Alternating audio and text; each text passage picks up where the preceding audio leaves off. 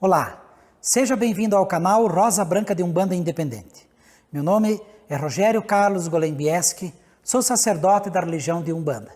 Aqui nesse canal divulgo a doutrina do segmento de Umbanda Independente, assim como a praticamos no Centro Espírita de Umbanda Ogum Sete Espadas e assim como a praticamos na Associação Espírita de Umbanda Independente, ambos situados na cidade de Xaxim, estado de Santa Catarina, Brasil.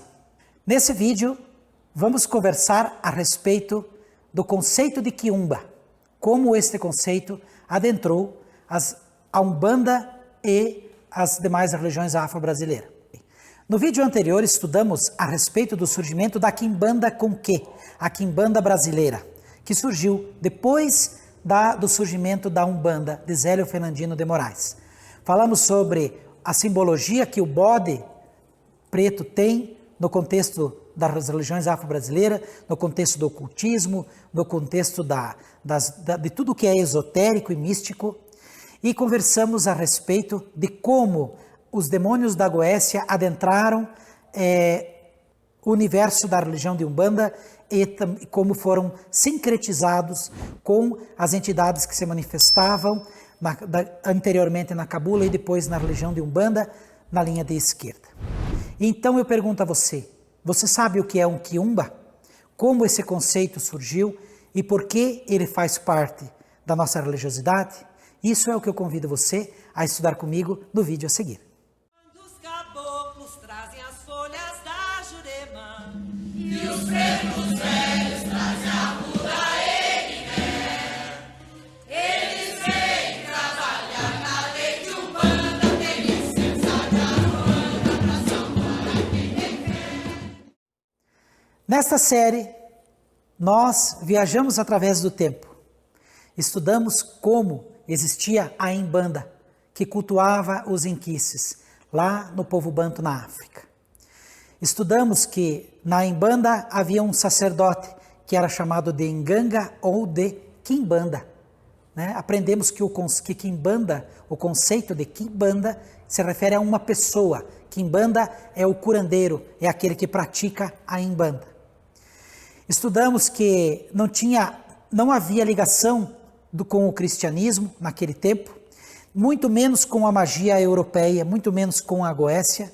Então o Quimbanda viajou do continente africano, veio ao Brasil, aqui encarnando e reencarnando, com os tatas que eram as entidades que se manifestavam nos médiuns, passaram pela colonização brasileira até chegar na macumba carioca e depois se manifestaram na religião de Umbanda. Os tatas foram sincretizados com o Exu, o Orixá. Também sofreram o estigma e a discriminação, por conta da demonização que o Orixá Exu sofreu, e eles também sofreram, assim como a cultura banto, a religiosidade, a Imbanda e os Quimbandas sofreram, eram chamados de baixo espiritismo, a prática era chamada baixo espiritismo. E estudamos no vídeo anterior como o livro de Aloysio Fontenelle, publicado em 1951, impactou diretamente o contexto da Umbanda, o contexto de Exu, o contexto do Quimbanda, o contexto dos tatas. Estudamos como esse livro impactou, fazendo uma associação direta das entidades com os demônios da Goécia, os demônios da magia salomônica. E como essa obra impactou e favoreceu, como esse sincretismo com os demônios da magia europeia, favoreceram o surgimento de uma religião que se chamou, sim, de Quimbanda. Podemos dizer que a religião de Quimbanda surgiu ali. Naquele momento surge a Quimbanda como religião, o segmento de Quimbanda.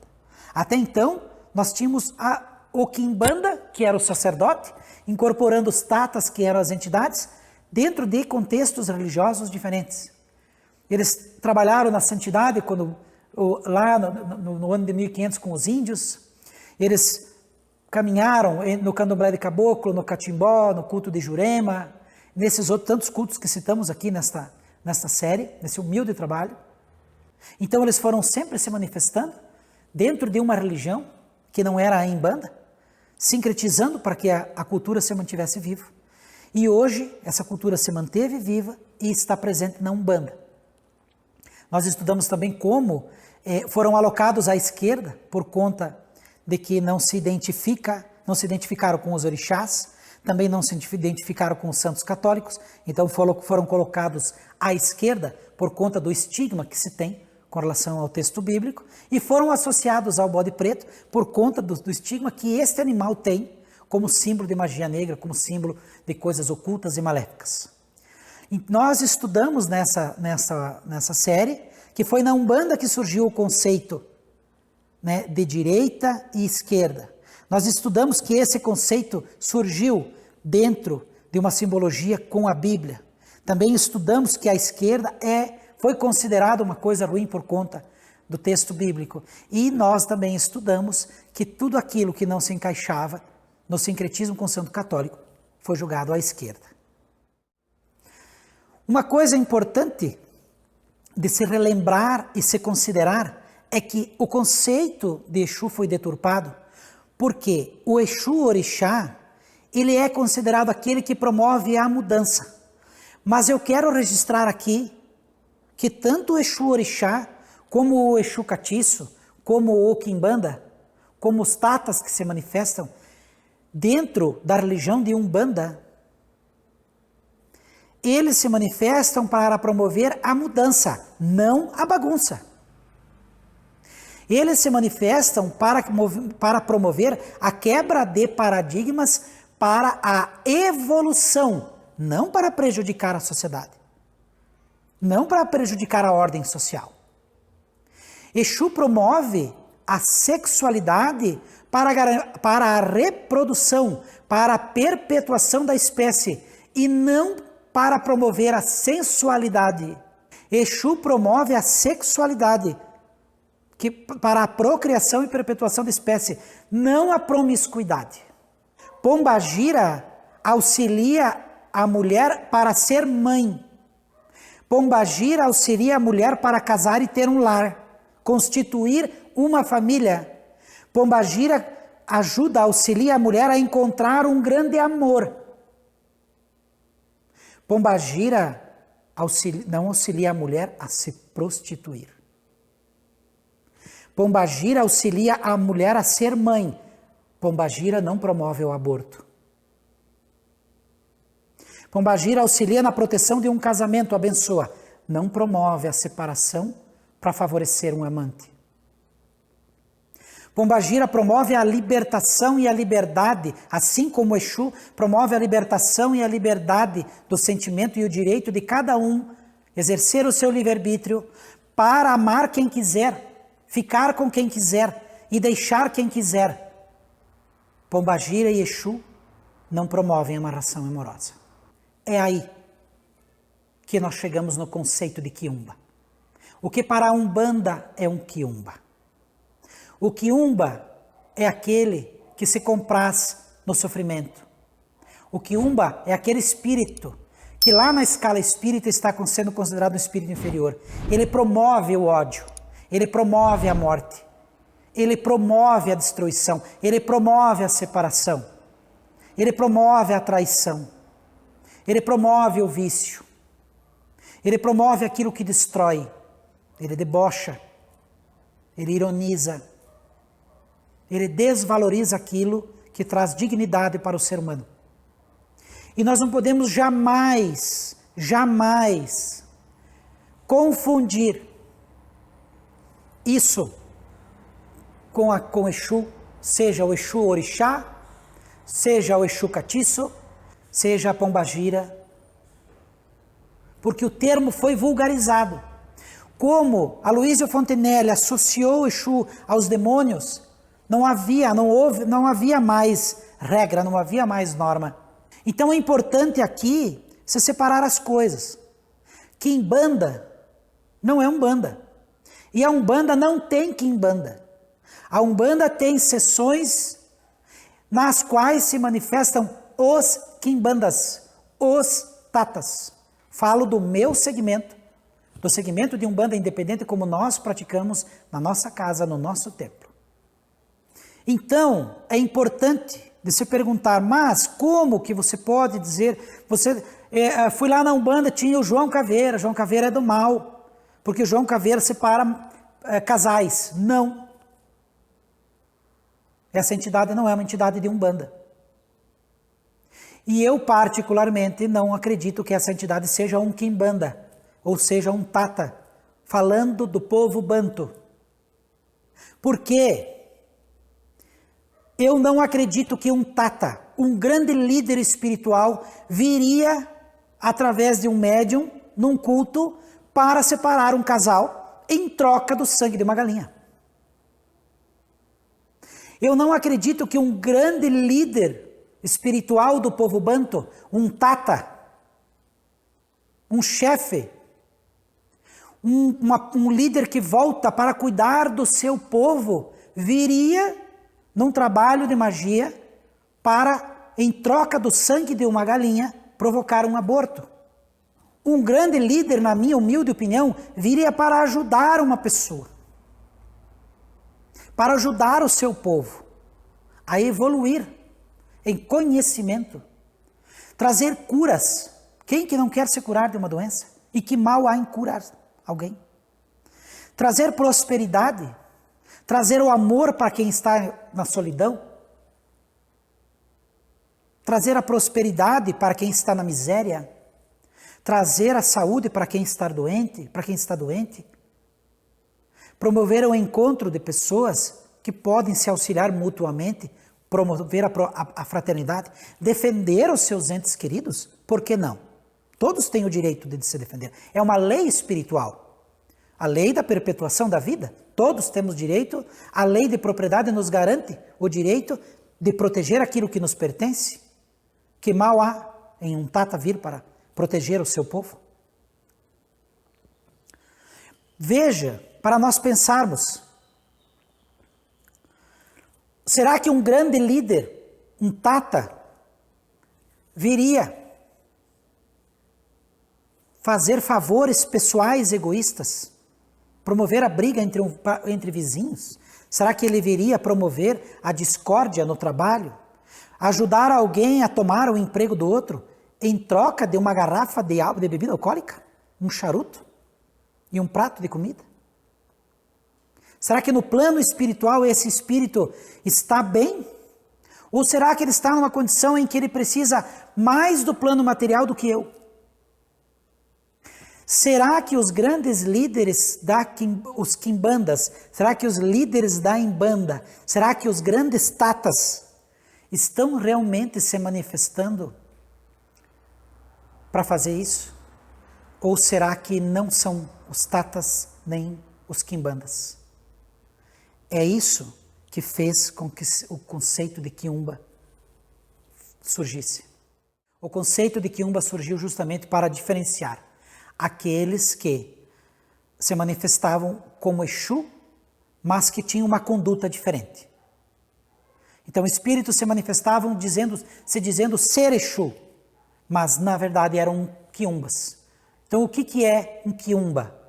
É um espírito que se compraz na prática do mal, sente prazer na vingança, no ódio doentio, vive num astral inferior, vive numa esfera negativa inferior à esfera em que a humanidade está encarnada. São espíritos que promovem paixões, raiva, sensualidade desenfreada. Então não são espíritos que promovem aquilo que a divindade Exu promove, não são espíritos que trabalham para aquilo que a divindade Exu trabalhava na crença iorubá, ou que os tatas, os quimbandas trabalhavam para promover a mudança, para promover a sexualidade regrada. São espíritos que promovem o desequilíbrio, a desordem no sentido imoral, no sentido destrutivo para aqueles que os invocam. Nesse processo de sincretismo, onde se sincretizou Exus com os demônios da Goécia, nós podemos usar um exemplo do Exu Marabô. Exu Marabô foi sincretizado com Put-Satanakya, um demônio da Goécia. Outra coisa que também aconteceu, por exemplo, foi que no processo de egocentrismo, Exu Marabô, por exemplo, passou a ser subordinado a um orixá. Vamos citar um exemplo, para alguns, Marabô é subordinado ao orixá Oxóssi. Só que Marabô, segundo a literatura, ele era um quimbanda, oriundo de uma cidade chamada Marabô, no Congo, onde se cultuam os inquices. Eu vou deixar aqui na descrição do vídeo um link para você que está me assistindo entrar no Google Maps, que você vai clicar e você vai encontrar a cidade de Marabô. E aí você vai perceber que essa cidade está no Congo e Marabô veio do Congo para o Brasil. Então, quando ele se manifestou como Marabô, ele se manifestou no povo banto. E no Congo e do povo banto não se cultua orixá, não se cultua Oxóssi. Então Marabô, ele não há registro histórico que ele é um Exu de Oxóssi. Da mesma forma que não há registro que diga que Marabô teve ligação com o Agoécia. Porque Marabô veio para o Brasil com os bantos e nem tinha chegado a Agoécia no Brasil. E ele se manifestava nos médiuns. E ele é um tata. Ele se manifestava nos bantos e ele se manifesta até hoje. Mas aí eu pergunto a você, quem foi que o elegeu Aput Satanáquia? Quem o elegeu como um demônio da Goécia? Foi Aloísio Fontenelle. Com qual autoridade? Com base no quê? Da mesma forma que eu pergunto, se Marabô é um Exu de Oxóssi, com base no quê? Com qual autoridade eu posso dizer que ele é um Exu de Oxóssi? Com base no que, se ele era banto?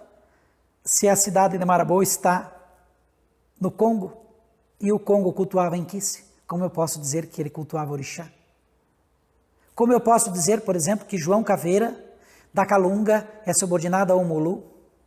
Então, na Umbanda, é importante dizer que, no segmento de Umbanda independente, nós temos a seção onde o Quimbanda se manifesta, certo? E então, o Quimbanda, assim como todas as outras linhas de trabalho, assim como todos os espíritos que se manifestam, eles vêm respeitando a doutrina do nosso segmento de Umbanda e as leis espirituais. Por quê? Porque as leis espirituais, elas não são espíritas. As leis espirituais foram apresentadas nos livros de Allan Kardec na doutrina dos espíritos, mas elas não são leis religiosas, elas não são leis do kardecismo, leis da religião católica, leis de Umbanda, leis de Quimbanda. Não, elas são leis espirituais que estão presentes, por exemplo, no hinduísmo. Por exemplo, a lei de retorno, lei de ação e reação.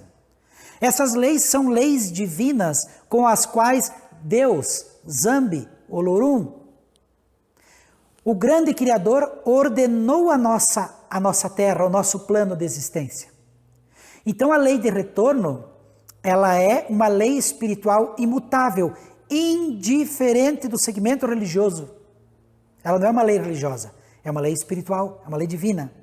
Então o espírito superior, no nosso segmento de Umbanda, na nossa doutrina, nós acreditamos que um espírito superior desperta as pessoas para a realidade da impermanência das coisas.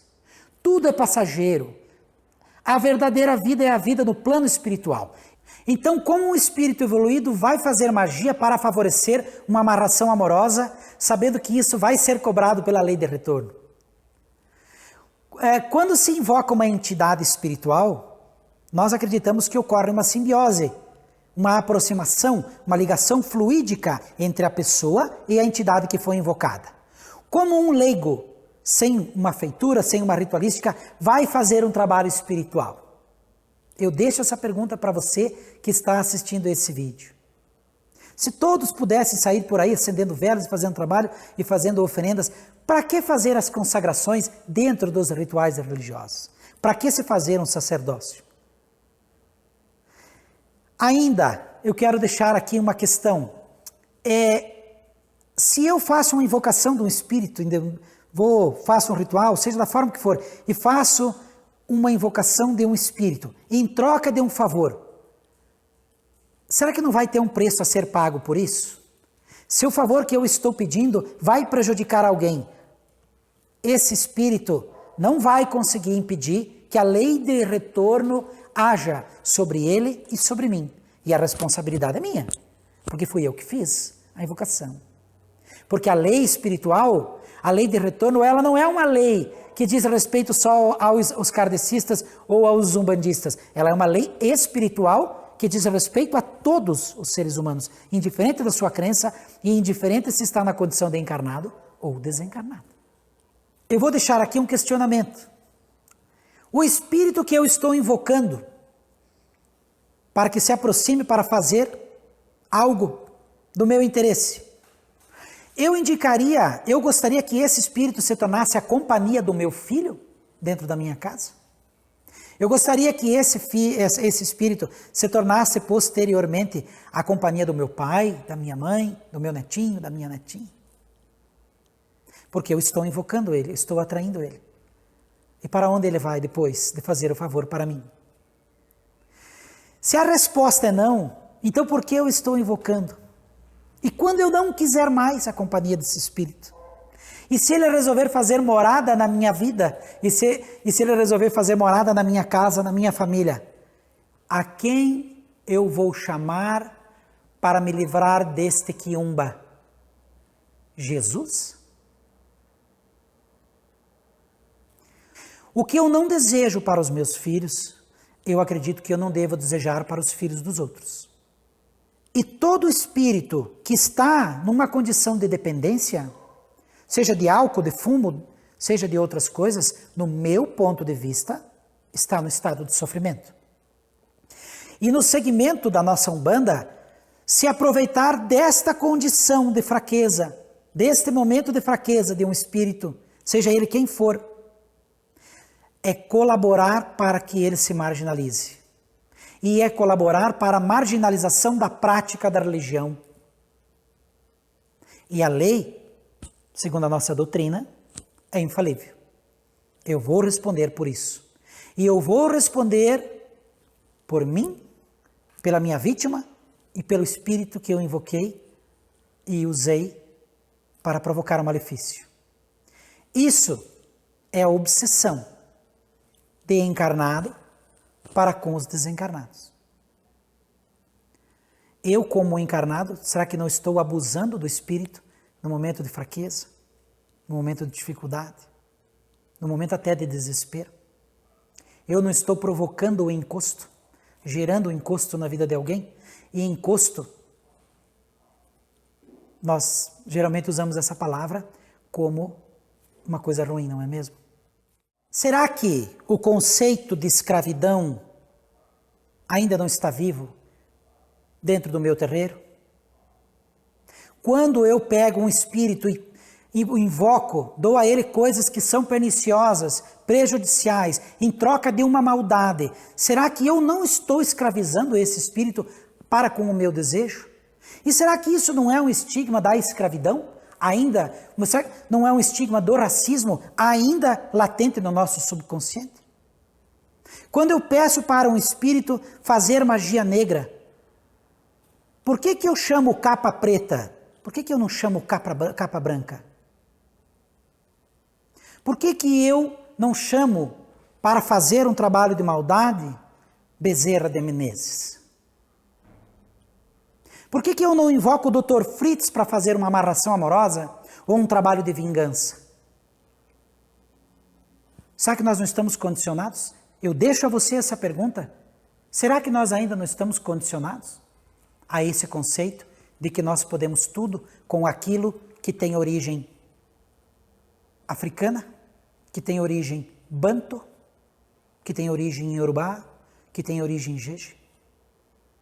Eu estou falando isso em defesa de todas as nações, em defesa da liberdade de manifestação religiosa e em defesa do direito que os guias espirituais têm de trabalhar para fazer a sua própria evolução espiritual. No nosso segmento de Umbanda, não há sacrifício de animais, porque nós trabalhamos na esperança de que, através do trabalho, possamos alcançar o mérito da graça. No nosso segmento de Umbanda independente, como a praticamos, vão para a esquerda espíritos que são classificados pela sua conduta moral, pelas suas inclinações ainda necessitadas de burilamento, necessitadas de auxílio. Não pela crença do espírito. Não pela cor, não pela crença, não pela sua origem étnica. O espírito vai para a esquerda quando ele mesmo admite que ele sente muita vontade de beber, que ele não consegue ficar sem fumar, que ele sente o desejo de fazer coisas ruins. E é por isso que sim, ele é subordinado dentro de uma hierarquia. Não para que ele seja escravo, mas para que ele seja auxiliado. Porque nós entendemos que a obrigação do líder é ir na frente para ajudar. A obrigação de quem mostra o caminho é ir na frente para deixar o caminho pronto para quem tem mais dificuldade de andar. No nosso segmento de Umbanda Independente, a esquerda é livre e trabalha para a sua evolução espiritual. E cabe ao médium se doar para auxiliar a entidade nessa evolução. O médium pratica a sua caridade, incorporando e se desenvolvendo, auxiliando para trabalhar junto numa simbiose positiva, numa junção fraterna, aonde o médium pratica a caridade com a sua mediunidade. E o Tata se manifesta e também auxilia o seu semelhante através da sua caridade. E ambos caminham numa escala, numa caminhada evolutiva de iluminação e libertação. Se trabalha para a iluminação, não para a satisfação das sensações da carne. Porque isso é alimentar uma prisão que escraviza, mantém e que consolida a entidade presa a esse plano. Não se faz o mal na Umbanda. A Umbanda não faz o mal. Volto a dizer, dentro do segmento de Umbanda Independente, nós não temos a Quimbanda, nós temos os Quimbandas que se manifestam e trabalham. Nós temos os Tatas que se manifestam e trabalham. Na Umbanda, a esquerda não é o mal. É um sinônimo de função, de aptidão, de classificação de trabalhador. Muitas pessoas preferem as sessões de esquerda. Gostam mais de conversar com Exu e Pombagira, porque essas pessoas acham que lá não serão cobrados, porque confundem o conceito de Exu como aquele que promove a mudança para a evolução, para o equilíbrio, para o ensinamento, para a iluminação das pessoas. Promovem aquilo que é bom. E as pessoas confundem como uma oportunidade de fazer o mal sem serem cobradas.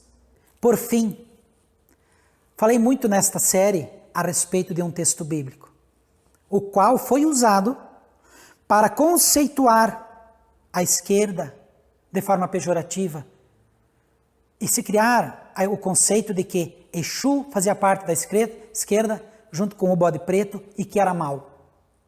Mas eu vou ler o texto na íntegra para entendermos o todo que ele quer dizer. No livro de Mateus diz assim: e quando o Filho do Homem vier em sua glória, todos os santos anjos com ele, então se assentará no trono da sua glória.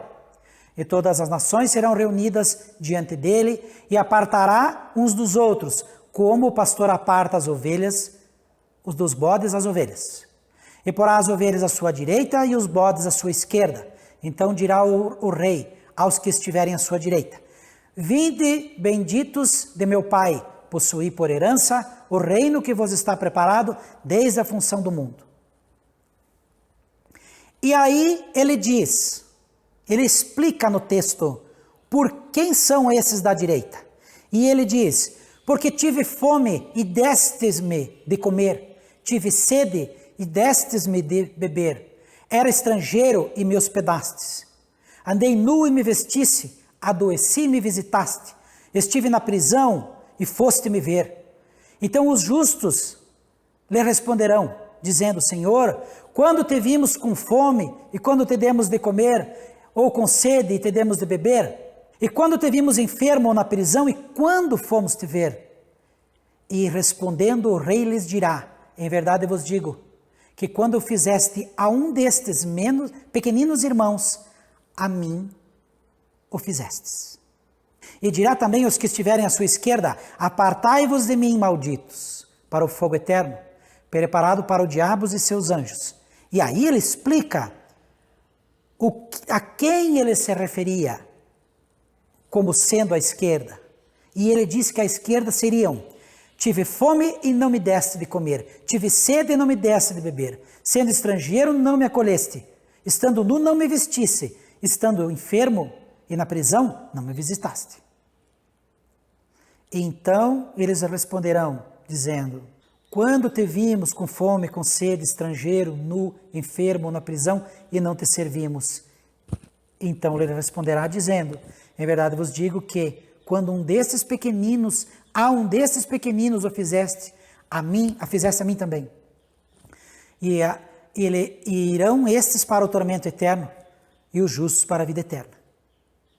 Eu fiz questão de apresentar esse texto na íntegra, para mostrar que quando se vê o texto como um todo, o contexto muda. Então o texto bíblico não fazia menção a Exu, não fazia menção ao animal bode, não fazia menção à raça, não fazia menção à religião dos outros, aos africanos, aos bantus. Não, ele simplesmente foi usado, como ainda é usado hoje em dia, né? Ainda muitos usam textos bíblicos para acusar as religiões afro-brasileiras e demonizar os espíritos, os guias espirituais. E eu posso dizer aqui que tem muito praticante de muitas religiões que pode ser classificado como espírito de esquerda, que pode ser classificado como bode. A lei divina é espiritual, ela não é católica, ela não é evangélica, ela não é cristã ou budista ou hinduísta, nem umbandista, nem candomblessista, nem da quimbanda. Ela é universal, vale para todos. Então qualquer pessoa, de acordo com o texto, pode ser classificado de direita ou esquerda, positivo ou negativo. E nesse contexto, aquele que serve o seu semelhante para a prática da caridade, para a prática do amor fraterno, está construindo a sua vida futura, a vida espiritual, está construindo a sua evolução, a sua iluminação e a sua paz interior, a sua paz na sua consciência. Eu deixo aqui, ao final dessa série, o meu agradecimento a você que me acompanhou. Agradeço a Deus, agradeço aos meus ancestrais, agradeço ao meu guia espiritual, Pai Joaquim de Angola, e deixo o questionamento: quem está me guiando vive em qual esfera do plano espiritual? Quem vai estar me esperando no momento do meu desencarne? Com quem eu estou me envolvendo? Serei livre ou serei escravo de espíritos que eu usei, que eu invoquei para me servirem em ações de vingança, de ódio, de ganância, de maldade, com os quais eu me endividei numa simbiose espiritual, com os quais eu vou ter que resgatar a duras penas perante as leis espirituais, as leis divinas, como a lei de ação e reação? Eu deixo aqui a pergunta: o que nós queremos para o futuro do nosso mundo, o futuro das nossas religiões, seja qual for? O que estamos semeando? Como estamos tratando os guias espirituais que se manifestam? Como estamos tratando o conceito das religiões afro-brasileiras?